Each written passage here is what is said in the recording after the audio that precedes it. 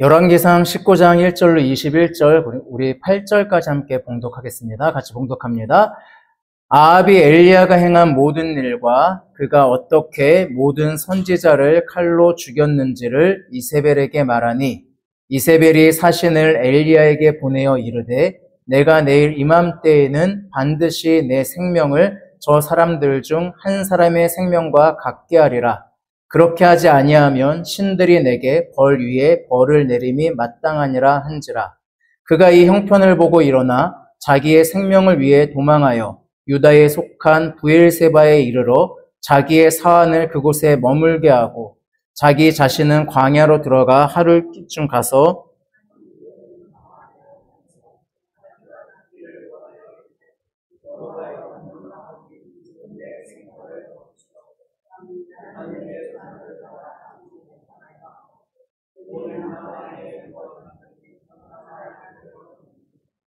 이에 먹고 마시고 다시 누웠더니 여호와의 천사가 또다시 와서 어루만지며 이르되, 일어나 먹으라. 내가 갈 길을 다 가지 못할까 하노라 하는지라.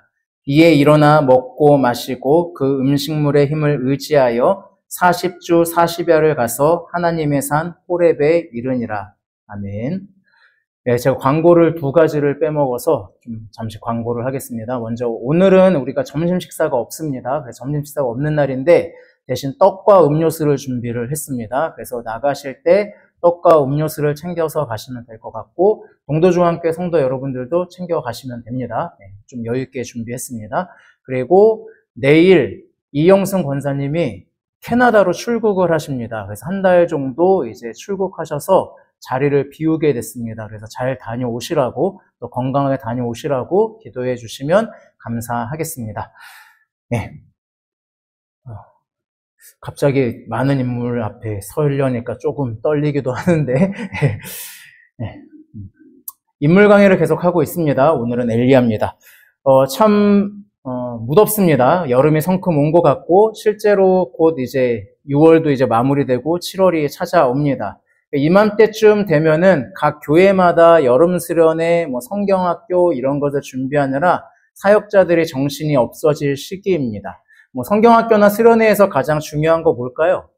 아마 개교회마다 목적이 조금씩 다를 것 같긴 한데, 제가 서울에 있을 때 수련회나 성경학교를 하면은 목적은 크게 두 가지였습니다. 이제 외부에서 캠프를 할 경우에는 참여 학생들이 예수님을 만나게 하는 거, 그리고 내부에서 하게 될 때는 전도를 목적으로 했습니다. 그래서 이걸 목적으로 해서 프로그램을 만들고 주제를 정했어요. 그리고 언제나 나름의 성과는 있었습니다. 근데 그 중에 가장 기억에 나는 게 코로나가 터지기 1년 전 정도였던 것 같아요. 그때 이제 전도를 목적으로 프로그램을 좀 만들었습니다. 그래서 아이들이 교회에 처음에 어떻게 오게 할까?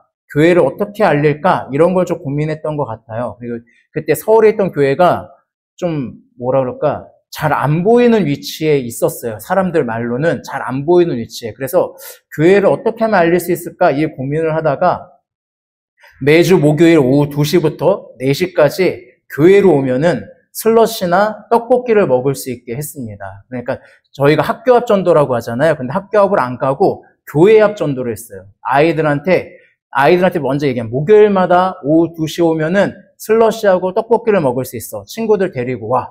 라고 하면서 얘기를 했어요. 그랬더니 교회 위치가 자연스럽게 노출이 되는 거예요. 왜냐하면 친구들 다 데려오니까. 마을버스 타고 오는 애들도 있었어요. 마을버스 타고 내리는데 한 6명이 내려가지고 쟤들 뭐지? 그랬는데 슬러시 먹겠다고. 그래서 마을버스비가 더 나오지 않니? 라고 얘기를 했었는데, 어쨌든 그렇게 하다 보니 교회 위치가 자연스럽게 노출이 됐어요. 그걸 2달 전부터 했습니다. 그리고 한 달 전에는 슬러시하고 떡볶이를 주는 날에 달란트를 조금씩 줬어요. 그래서 이 성경학교 때 가지고 오면 달란트 시장 때 너희가 이 달란트 가지고 물건을 살 수 있고 먹을 걸 살 수 있어 라고 했어요. 그런데 달란트 양이 크지 않았어요. 그런 얘기한 게 뭐냐면, 당일날 새로운 친구를 너희가 데려오면 그때 달란트를 많이 줄 거야 라고 얘기를 했어요. 그럼 이제 아마 좋은 물품도 살 수 있고 풍족하게 먹을 수 있을 거야 라고 하면서 한 달 전부터 이제 그렇게 달란트를 조금씩 나눠주면서 이렇게 홍보를 했습니다. 그렇게 했을 때 우리가 했던 목표 인원이 약 20명 정도였어요. 그러니까 성경학교 때 20명 정도의 새로운 친구들이 오면 성공이다. 그리고 새로운 친구들 20명과 기존에 있는 아이들 한 30명 정도 해서 여유 있게 한 60명 정도로 예상을 하고 성경학교 프로그램을 만들면서 열심히 기도하면서 준비를 했습니다. 물품도 거기에 맞춰서 하고요. 나름대로 이제 기도하고 그렇게 전도에 힘을 쓰고자 하니까 교회 합격과 전혀 상관없는 한 집사님께서 그 슬러시계가 100만 원이 넘는데 그냥 자기 사비로 사시고 뭐 이런 헌신도 해주시고 그러면서 이제 나름대로 준비가 됐어요. 근데 이제 기도하고 있는데 문제가 된 게 우선 성경학교 여는 그날에 엄청나게 많은 비가 온다는 예보가 있었어요. 그래서 열심히 정말 기도했던 것 같습니다. 아마 그때 예라머십에 비 준비하시니라고 하는 찬양을 들었다면 왜 이 인간들이 이딴 찬양을 만들어가지고 비가 오게 하는 거야? 라고 했을 것 같아요. 그런데 어쨌든 좋은 날씨를 위해서 열심히 기도했던 것 같습니다. 기도가 통해서였을까요? 날씨가 좀 흐리긴 한데 그래도 비는 내리지 않았어요. 그리고 성경학교가 시작이 됐습니다. 몇 명의 아이들이 왔을까요? 저희가 목표한 건 20명이었어요. 무려 50명의 아이들이 왔습니다. 새로운 아이들이 50명이나 왔어요. 그리고 그 50명의 친구들이 교회 안에서 신나게 놀았어요. 재밌는 건 우리 교회를 다니던 친구들은 갑자기 엄마 아빠가 그때 휴가를 잡았다고 그래가지고 못 온 애들이 있는데 새로운 애들이 더 많이 오게 된 그런 상태가 된 거예요. 그리고 이제 둘째 날에 정말 그래도 많이 빠질 거라고 생각을 했어요. 근데 둘째 날에도 40명 가까이 왔어요. 그러니까 전도 대상자라고 하는 입장에서는 굉장히 성공적이었어요. 특히 2달 전부터 슬러시를 열심히 만들어준 덕분에 새로운 아이들이 제 얼굴을 다 알고 있는 거예요. 제가 목사인 건 몰랐어요. 제가 슬러시를 나눠주니까 저한테 맨날 슬러시 아저씨 이렇게 불렀거든요. 그러다가 저를 딱 보더니 목사님이었어요? 막 이러면서 되게 놀라는 그런 것들이 있었거든요. 근데 얼굴을 다 아시는 거죠. 얼굴을 다 아는 거죠. 근데 이제 그때 제가 느꼈던 느낌은 야, 하나님이 일하셨다.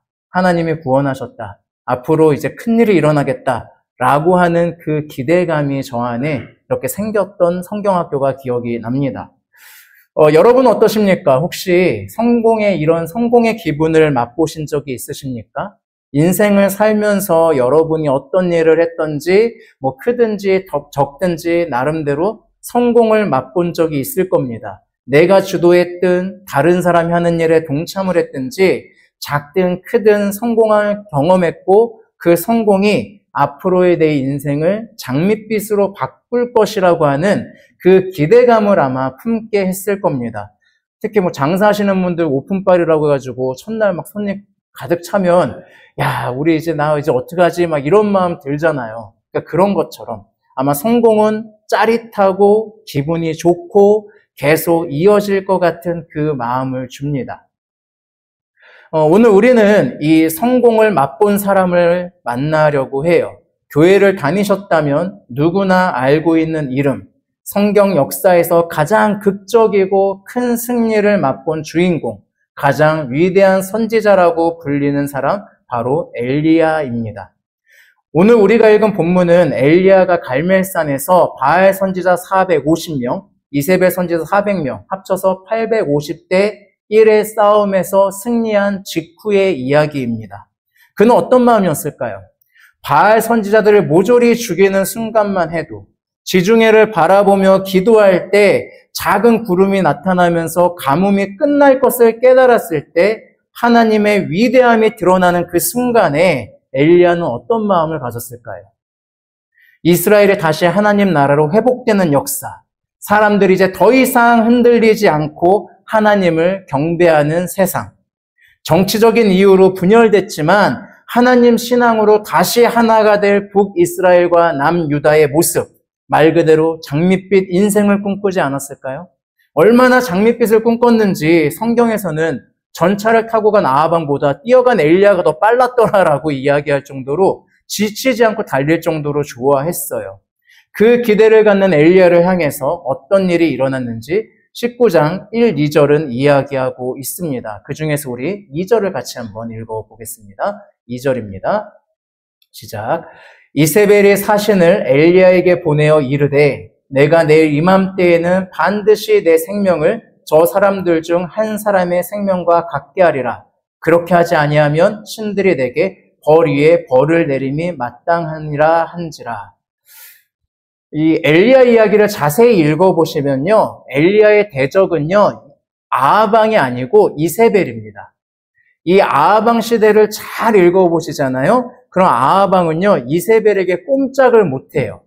마치 그 달기라고 하는 그 여자에게 헤어나오지 못했던 주왕처럼, 양귀비에게 헤어나오지 못했던 현황처럼, 혹은 뭐 장희빈의 치마폭에 둘러싸여 있었던 숙종처럼, 이 아하방은요, 이세벨의 치마폭 속에서 놀아나던 사람이에요.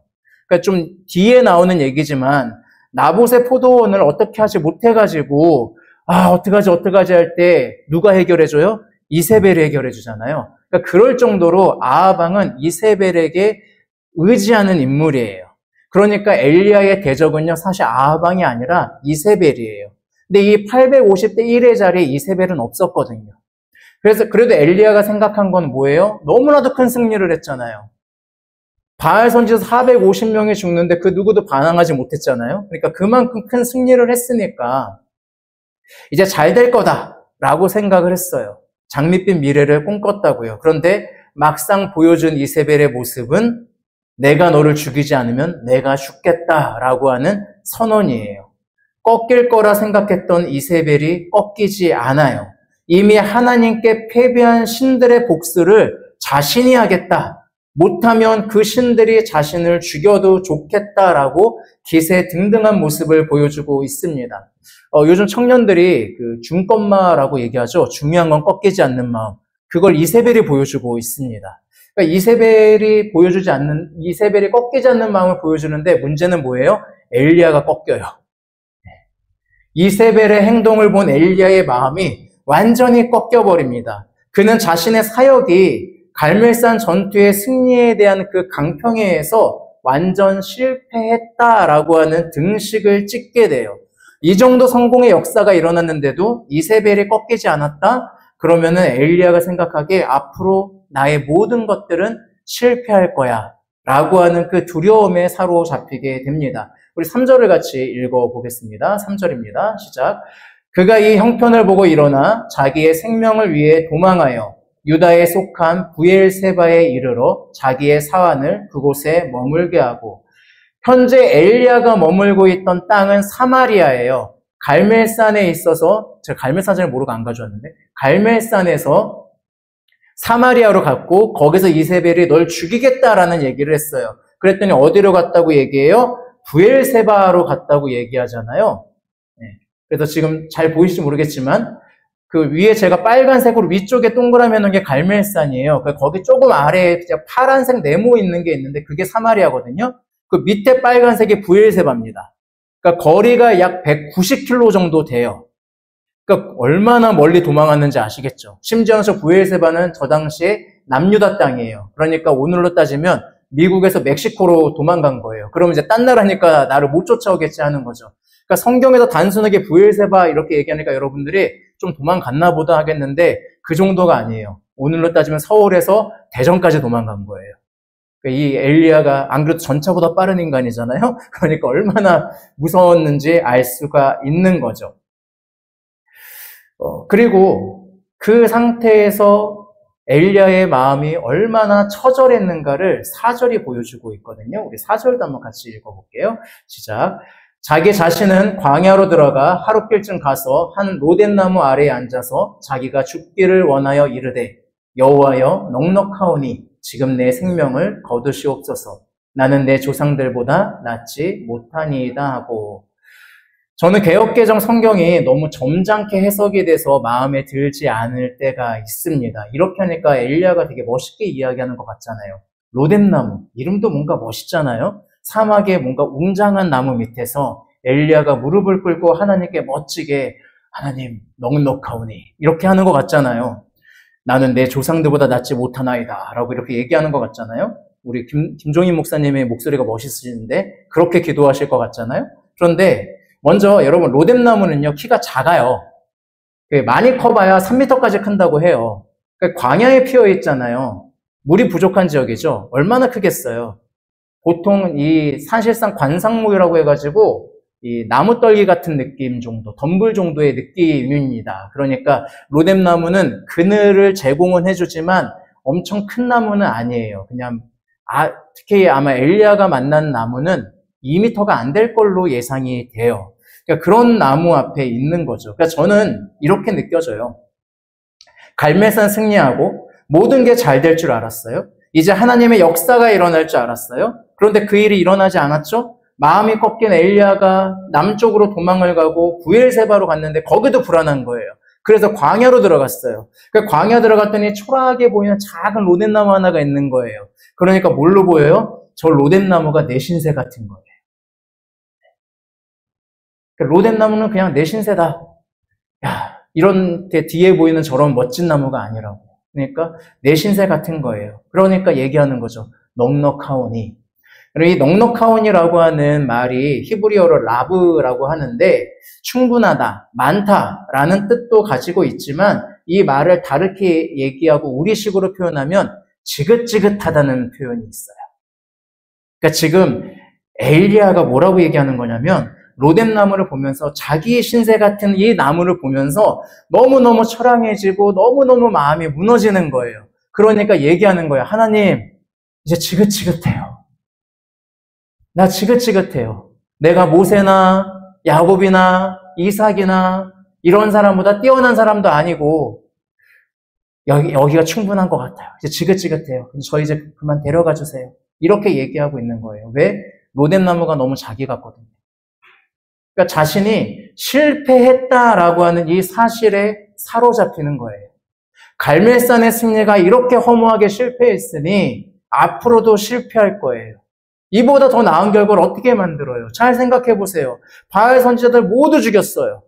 그런데 꺾이지 않아요. 재밌는 건 아세라 선지자들은 안 죽였죠. 그렇죠? 네, 여기서 이미 실패의 조짐이 보였어요. 엘리야 입장에서. 왜냐하면 아세라는 여신이거든요. 그러니까 사람들이 아세라의 남편이 바알인데 바알 선지자를 싹 다 죽였잖아요. 그 아세라의 남편이 필요하잖아요. 그 남편을 누구로 삼았을까요? 야훼 하나님으로 삼은 거예요. 그러니까 실제로 고고하게 보면 그 아세라의 남편 하나님이라고 하는 야훼라고 하는 그 비문이 발견이 됐어요. 그러니까 이 사람들에는 아세라 선지자 아직 죽이면 안 될 것 같은 거예요. 그러니까 이미 엘리야는 거기서 뭔가 틀어진 걸 느꼈겠죠. 그리고 막상 이세벨의 발언을 들으면서 이거 완전히 실패했구나. 이건 안 되겠구나. 앞으로 뭘 해도 안 되겠구나. 라는 마음을 갖게 되는 거예요. 그래서 엘리야는 어떤 도전도 하고 싶지 않았을 거예요. 그리고 로뎀나무 앞에서 그냥 이제 지긋지긋해요. 나 이제 안 돼요. 지긋지긋하니까 이제 그만 끝내주세요. 라고 얘기를 하는 거죠. 여러분이 엘리야의 실패 이야기가 그리고 그 마음과 그 상태를 여러분은 겪은 적 없으신가요? 아까 제가 성경학교 얘기해드렸죠. 기억나시죠? 벌써 이전 것은 지나갔으니 보라 새 것이 되었도다는 아니죠. 제가 얼마 안 됐습니다. 50명의 새로운 사람들이 왔는데 성경학교가 끝나고 난 다음 주에 10명도 안 왔어요. 그러니까 이게 제 생각에 그 마음이 들더라고요. 이게 사실은 실패 아닌가? 물론 한 영혼이 천하보다 귀하다고는 하지만 10명도 안 된다면 이건 좀 실패한 거 아니야? 라는 마음이 좀 들더라고요. 여러분 그럴 때 있지 않아요? 사역자들은 그럴 때 많아요. 수련회에서 집회를 할 때 많은 아이들이 울고 불고 예수님 저를 용서해 주세요. 하나님 저 여기 있어요. 막 고백하는 일들이 일어나요. 집회를 마치고 가슴이 뜨거워져요. 저 아이들이, 저 청년들이, 저 장년들이 이제 변화될 것이 기대가 돼요. 저것들이었는데 저분들 이렇게 바뀌어요. 이제 저분들이 어떻게 달라질까? 저렇게 울면서 기도하는데 많이 달라지겠지라는 마음이 들어요. 그런데 아침에 싸워요. 어제의 눈물이 사라졌어요. 어제는 어제일 뿐 그의 인생에서 마치 어제라고 하는 그 시간, 은혜 받은 그 시간만 삭제된 것 같아요. 어쩜 그리 똑같은지요.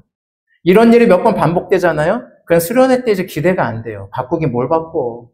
누군가 막 울면서 기도하잖아요. 하나님 잘못했어요. 지금은 달라질게요. 막 하잖아요. 그런데 그냥 내 안에 어떤 생각이 드는지 아세요? 네가 달라지면 내가 장을 짓는다. 이 마음이 들어요. 그냥 때가 되니까 해야지. 라는 식의 일종의 사역자가 아니라 일종의 기능인이 되어버린 나 자신을 발견하게 돼요. 그러면서 다시 한번 회개를 하게 되거든요. 제가 사역에 관한 이야기를 했지만 여러분 삶 가운데 그런 일 없으세요? 광야처럼 내 마음도 메말라가기 시작하는 그런 경험이 없으신가요? 해보자. 한번 해봐야지. 성공 나름대로 했어요. 그런데 큰 변화가 일어나지 않아요. 어느 순간인가 원래대로 돌아오는 나 자신을 발견하게 돼요. 아, 이제 나의 자녀에게 화내지 않아야지. 나 이제 좋은 아버지, 좋은 엄마가 돼야지. 나 이제 오은영 박사처럼 정말 멋진 사람이 돼야지. 그랬는데 그날 밤에 자녀에게 소리를 지르고 있는 나 자신을 발견하면서 나는 실패했어. 나는 끝난 거야. 앞으로도 안 될 거야. 나한테 무슨 변화가 있어. 이런 마음이 들지 않으세요? 뭔가 다 실패한 것 같고 내 삶이 실패한 것 같아서 마치 로뎀나무처럼 그 초라한 로뎀나무 같은 게 내 신세인 것 같아서 어쩌면 나에게도 하나님 지긋지긋해요. 나 이제 그냥 여기서 그냥 적당하게 신앙생활하고 살게 그냥 내버려 두세요. 이런 마음을 우리는 품고 있지 않나요? 이런 상황이다 보면 누군가 해보자. 야, 이거 한번 해보자. 라고 얘기해도 야, 이거 한번 해보면 달라질 거야. 라고 얘기해도 이런 마음이 들어요. 야, 그건 네 얘기야. 네 입장이지. 안 돼. 뭐 요즘 대표적으로 노방전도 한번 해볼까? 야, 지금 시대가 어느 시대인데 노방전도 안 돼. 안 되게 돼 있어. 못하러 해. 괜히 에너지 빼지 마. 이 더운데 못하러 땀을 흘려? 어차피 안 돼. 우리는 이런 식으로 말을 표현하고 있진 않나요? 만약에 여러분들 마음 가운데 난 여전히 실패한 것 같아. 난 아무것도 아닌 것 같아. 에이, 앞으로 뭘 해. 내 나이 먹었는데 뭐 해도 안 될 거야 라는 마음이 들고 있다면 여러분은 로뎀나무 밑에서 신음하고 있는 엘리야와 같은 신세다라고 해도 됩니다. 엘리야가 절망한 그 자리, 로뎀나무와 같은 신세인 자신을 보며 실패한 자신을 보며 지긋지긋해서 지쳐 쓰러져서 그냥 나 이대로 죽을래요 라고 누워있는 그 자리에 하나님이 찾아오십니다. 그리고 그 하나님이 엘리야를 만나주세요. 우리 같이 5절을 한번 읽어보겠습니다. 5절을 읽어보겠습니다. 시작. 로뎀나무 아래에 누워 자더니 천사가 그를 어루만지며 그에게 이르되 일어나서 먹으라 하는지라. 여러분, 하나님의 엘리야에게 뭐라고 하지 않아요. 야, 너 믿음이 왜 그 정도밖에 안 돼? 야, 이세벨이 뻥카 날린 거잖아. 진짜 죽일 맘이면서 몰래 했지 대놓고 했겠어? 너 왜 이렇게 생각이 없냐? 이러지 않으셨어요. 그렇게 지친 엘리야를 그냥 어루만지세요. 자고 있는 엘리야를 이렇게 쓰다듬는 것 같은 느낌? 제가 이제 아이를 낳으니까 알겠더라고요. 아이들이 간혹가다 이렇게 자고 있을 때 보면은 제가 이렇게 어루만질 때가 있어요. 간혹가다 저한테 혼나서 울다가 잠들 때가 있거든요. 그때도 제가 보면서 이렇게 쓰다듬어 줄 때가 있어요. 그 쓰다듬는 느낌이 너무 좋아요. 사랑스러우니까 쓰다듬는 거잖아요. 하나님 지금 엘리야를 그렇게 하시는 것 같아요. 지쳐서 지긋지긋해요. 나 안 돼요. 라고 하는 그 지쳐 쓰러져 잠든 엘리야를 보면서 하나님이 어루만져 주시는 거예요. 그리고 먹이시는 거죠. 나무라지 않으세요. 그냥 먹이세요. 7절에서 또 이야기하죠. 그런데 내용이 조금 추가돼요. 이렇게 이야기합니다. 여호와의 천사가 또다시 와서 어루만지며 이르되 일어나 먹으라. 내가 갈 길을 다 가지 못할까 하노라 하는지라. 하나님이 말씀하시는 거예요. 너 아직 갈 길이 좀 멀어. 그러니 먹어. 이 말을 통해서 엘리야가 깨닫게 되죠. 자신이 가야 할 길이 있음을. 그렇게 그는 광야에서 호렙산을 향해서 걷습니다. 장정걸음으로 약 10일이면 도착한다고 해요. 그런데 여기를 40일 걸렸다는 얘기는 이스라엘 광야 생활을 연상시키고 싶었거나 아니면 엘리야가 그만큼 지쳐 있었다라고 보시면 돼요. 그런데 반대로 뭐예요? 그 기간 동안 어떻게 해주신 거예요? 하나님이 동행해 주신 거예요. 아마 만나를 먹이셨듯이 계속 아마 엘리야를 먹이셨을 거예요. 갈 길이 아직 멀다. 가자. 그렇게 로뎀나무에서 천사를 통해서 하나님을 만난 엘리야는 이제 호렙산에서 하나님을 직접 만나게 됩니다. 그리고 하나님은 엘리야에게 이렇게 말씀하세요. 9절 후반부 얘기하죠. 엘리야야, 네가 어찌하여 여기 있느냐? 이 말은 뭐예요? 여기 있으면 안 된다는 뜻이죠. 너가 있어야 할 곳은 여기가 아니야. 네가 왜 여기 있어? 라고 하는 물음이죠. 그 말에 엘리야가 대답합니다. 10절에서 얘기하죠. 내가 만군의 하나님 여호와께 열심히 유별하오니 이는 이스라엘 자손이 주의 언약을 버리고 주의 제단을 헐며 칼로 주의 선지자들을 죽였음이오며 오직 나만 남았거늘 그들이 내 생명을 찾아 빼앗으려 하나이다. 이 말이 2번이나 반복해요. 그러니까 엘리야 하나님이 2번 동안 너 왜 여기 있어? 라고 얘기하고 엘리야가 이 대답을 2번이나 하거든요. 그러니까 무슨 얘기일까요? 엘리야는 이렇게 얘기하는 거예요. 하나님, 나 누구보다 하나님 열심히 섬겼습니다. 그리고 하나님 증거했어요. 이스라엘이 모두 배신할지라도 이스라엘이 하나님과의 약속을 저버리고 예배를 없애고 제단을 욕되게 하고 주님을 믿는 자들을 죽였어도 나는 싸웠습니다. 혼자 남을 때까지 싸웠어요. 그런데 그 결과는요, 처참한 실패예요. 이제 나밖에 안 남았어요. 그런데 이 마지막 남은 나마저도 죽이려고 하고 있어요. 하나님 아시잖아요. 그래서 제가 여기 있는 거예요. 하나님 어디 계세요? 이게 엘리야의 이야기예요. 그런데 그런 엘리야를 향해서 하나님이 이렇게 말씀하세요. 저는 이 장면이 너무 감격적이에요. 11절과 12절입니다. 이 엘리야에게 하시는 말씀. 우리 같이 읽어볼게요. 11절과 12절. 시작. 여호와께서 이르시되 너는 나가서 여호와 앞에서 산에 서라 하시더니 여호와께서 지나가시는데 여호와 앞에 크고 강한 바람이 산을 가르고 바위를 부수나 바람 가운데 여호와께서 계시지 아니하며 바람 후에 지진이 있으나 지진 가운데에도 여호와께서 계시지 아니하며 또 지진 후에 불이 있으나 불 가운데에도 여호와께서 계시지 아니하더니 불 후에 세미한 소리가 있는지라. 여러분 영화나 드라마 볼 때 신이 현현할 때 막 그런 거 많이 보셨죠? 번개가 치고 그 다음에 막 바위가 깨지고 바위가 깨져가지고 막 쾅 했는데 거기서 신이 상처 하나 없이 쫙 드러나는 영웅들의 모습 보이죠? 고대에도 그랬어요. 이게 고대부터 이어져온 관념이에요.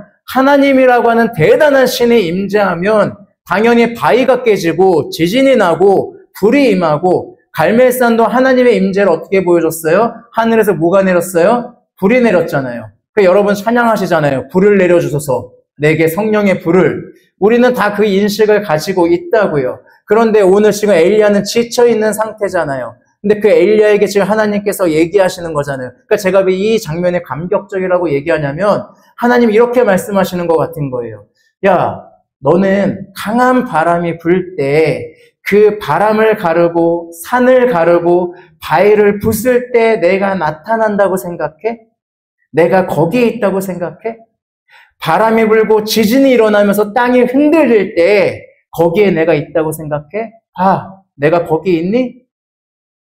너는 갈멜산에서 불이 내려와서 젖은 재물들을 불태울 때 드디어 내가 그 자리에 있고 성공했다고 생각했니? 그래, 난 그 자리에 있었어. 하지만 지금 내가 있는 자리는 어디니? 12절에 보면 세미한 소리 가운데 있는 것 같아요. 그러니까 하나님께서 말씀하시는 건 이렇게 말씀하시는 거예요. 그냥 이 세미한 소리가 단순히 세미한 소리가 아니라요. 원어적 해석이면 아주 고요한 곳에서 나타나는 숨소리. 내가 숨 쉬는 그 소리. 아주 고요한 건데 이 숨소리를 얘기해요. 거기에 하나님이 계시는 거예요. 그러니까 무슨 얘기하는 거예요? 네가 지쳐서 쓰러져 있던 그 로뎀나무 아래, 내가 너무 지긋지긋하다고 쓰러져 있던 그 자리, 네가 숨밖에 쉴 수 없었던 그 자리에 나는 있었어. 이 얘기하시는 거예요. 위대한 자리에 있는 게 아니라 네가 생각하는 뭐가 깨지고 하는 그 자리에 있는 게 아니라 나는 항상 어디에 있다고? 네가 있는 그 자리에 내가 있어라고 얘기하시는 거예요. 그러니까 지금 세미한 숨소리밖에 낼 수 없는 엘리야에게 내가 어디 있는지 찾아봐 얘기하면서 엘리야의 그 숨소리 안에 하나님이 계심을 보여주시는 거예요. 이게 우리 하나님이세요. 아무 의미 없는 것 같은 그 자리에서 이방인 자리 같고 아무 힘도 없는 것 같은 사람들이 있지만 그 자리에서 하나님께서 있겠다고 하시는 거예요. 그래서 하나님이 뭐라고 해요? 엘리야에게 새로운 사명을 주시죠. 북쪽으로 가. 지금 남쪽으로 왔거든요. 근데 다시 북쪽으로 올라가라고 하잖아요. 그리고 아람왕을 세워, 예후를 세워, 그리고 엘리사라고 하는 사람이 있을 거야. 그 사람을 세워. 나는 그 사람들을 통해서도 일할 거야. 너의 사역이 실패했다고? 갈멜산에 그게 실패한 것도 실패했다 생각해? 아니, 역사를 이끌고 있는 나는 여전히 일하고 있을 거고 그 성공의 한가운데 네가 함께하고 있을 뿐이야 라고 말씀하시는 거예요. 그러면서 어떻게 해요? 엘리사를 통해서 더 완전한 성공이 이루어지게 될 거야. 그리고 너는 지금 혼자라고 얘기하지만 잘 봐. 바알에게 무릎 꿇지 않은 7,000명의 사람들이 함께하고 있어 라고 하나님께서 말씀해 주시는 거예요. 이 말을 듣고 엘리야가 힘을 내고 나아가게 됩니다. 북을 향해서 나아가게 돼요. 그리고 뭘 발견해요? 엘리사를 발견하게 돼요. 이게 참 재밌죠. 성경은 참 재밌어요. 엘리야라고 하는 이름은 하나님이 나의 하나님이시다라고 하는 뜻이거든요. 근데 엘리사는 하나님이 구원하신다는 뜻이에요. 그러니까 엘리야가 하나님이 왜 나의 하나님인가를 증명했다면 이제 그 하나님이 왜 구원이신가를 누가 증명해가요? 엘리사가 증명해가요. 그 이름대로 성경은 그 체인지를 보여주고 있어요. 실패했다고 생각한 엘리야는요, 사실 실패하지 않았어요. 하나님의 섭리 속에서 그는 자신의 역할을 깨닫게 돼요. 그리고 자신과 항상 함께 하신 그 하나님을 알게 돼요. 그래서 그는 실패할 거야가 아니라 성공했음을 알고 나아가게 돼요. 하나님을 만나니까 그 사실을 엘리야는 알게 되는 겁니다. 여러분, 여러분의 삶이 실패한 것 같으십니까? 여러분의 삶의 흔적들이 후회스럽고 아무것도 아닌 것 같고 지긋지긋하십니까? 내 인생의 점수를 매긴다면 50점 주기도 힘든 상황 속에 놓여 있으십니까? 실패한 사람 삶은 아닐지라도 성공한 삶도 아닌 것 같은 그런 느낌이 나십니까? 그런데 여러분, 그런 여러분을 하나님이 만나 주십니다. 실패하고 실패해서 넘어진 그 자리에서 모두가 너 실패했어 라고 손가락질하고 비난하는 그 자리에서 이 모든 것들 때문에 난 실패했어, 앞으로도 실패할 거야 라고 생각한 그 자리에서, 그래서 너무나도 지긋지긋하고 하나님이 보이지 않는 것 같은 그 자리에서 하나님은 여러분을 여전히 어루만져주고 계십니다. 하나님은 여러분을 만나주고 계십니다. 그리고 하나님은 이야기하시는 거예요. 너 왜 여기 있어? 왜 여기서 뭐 하고 있는 거야? 실패한 것 같아? 그렇지 않아. 내가 너와 함께하고 있는데 어떻게 실패할 수가 있겠니? 일어서 가자. 지금 네가 살고 있는 이 삶은 내가 너를 성공시키고 있는 그 삶의 여정의 한가운데 있을 뿐이야. 그러니 일어나서 걸어가자. 내가 너를 먹이고 만지고 함께할 거야. 이게 바로 우리 하나님이십니다. 여러분, 예수 그리스도를 생각해 보세요. 여러분, 세상 사람들이 볼 때 십자가는 가장 실패한 자리였어요. 사람들을 거짓으로 선동하려고 했던 청년이 자신의 죗값에 맞게 죽는 자리가 바로 십자가였어요. 십자가의 자리는 하나님의 말씀을 전하던 선지자가 이단으로 내몰린 실패의 자리였어요. 십자가의 자리는 난 절대 당신을 떠나지 않겠습니다 하고 하던 동료들이 모두 도망간 실패의 자리였어요. 십자가의 자리는 하나님의 저주를 받았다는 나무에 매달리는 실패의 자리였어요. 십자가의 자리는 하나님을 믿는다는 사람들이 조롱을 받는 실패의 자리였어요. 그 십자가의 자리는 예수님조차도 나의 하나님 어찌하여 나를 버리셨습니까? 라고 외로움에 사무쳐 외치는 실패의 자리였어요. 그런데 하나님은 그 실패한 십자가의 자리를 가장 성공한 자리로 바꾸셨습니다. 가장 처절한 죽음의 자리를 영원한 삶의 자리로 바꾸셨습니다. 하나님과의 관계가 끊어짐으로 실패에 나아갈 수밖에 없는 삶을 화해의 자리로, 성공의 자리로 바꾸셨습니다. 그래서 바울 사도는 고린도전서 1장 18절에서 이렇게 말하잖아요. 십자가의 도가 멸망하는 자들에게는 미련한 것이요 구원을 받는 우리에게는 하나님의 능력이라. 여러분, 여러분의 삶이 마치 광야에서 홀로 피어 있는 것 같고, 마치 그 메말라가는 광야 속에서 로뎀나무처럼 작고 작은 존재처럼 느껴지십니까? 내 삶이 실패를 향해서 나아가고 있는 것 같습니까? 그래서 교회에서나 사회에서나 내가 무언가를 하는 것이 두렵고 떨려서 움츠러들게 하십니까? 그 자리에서 여전히 여러분을 만나주시는 하나님을 바라보시기 바랍니다. 실패의 반대는 성공이 아닙니다. 실패의 반대말은 도전하지 않는 거예요. 저는 이렇게 말씀드리고 싶습니다. 여러분, 그리스도인에게는 실패는 없습니다. 성공을 향한 여정만이, 도전만이 있을 뿐입니다. 그러니 두려워하지 마십시오. 주저앉지 마십시오. 주눅들지 마십시오. 여러분은 하나님이 이끌어주시는 성공 열차에 탑승하신 분입니다. 그 하나님을 바라보시기 바랍니다. 그래서 우리 함께 찬양하고 기도했으면 좋겠습니다. 아무것도 두려워 말라. 네, 우리 함께 찬양하시면서 우리 함께 기도했으면 좋겠습니다.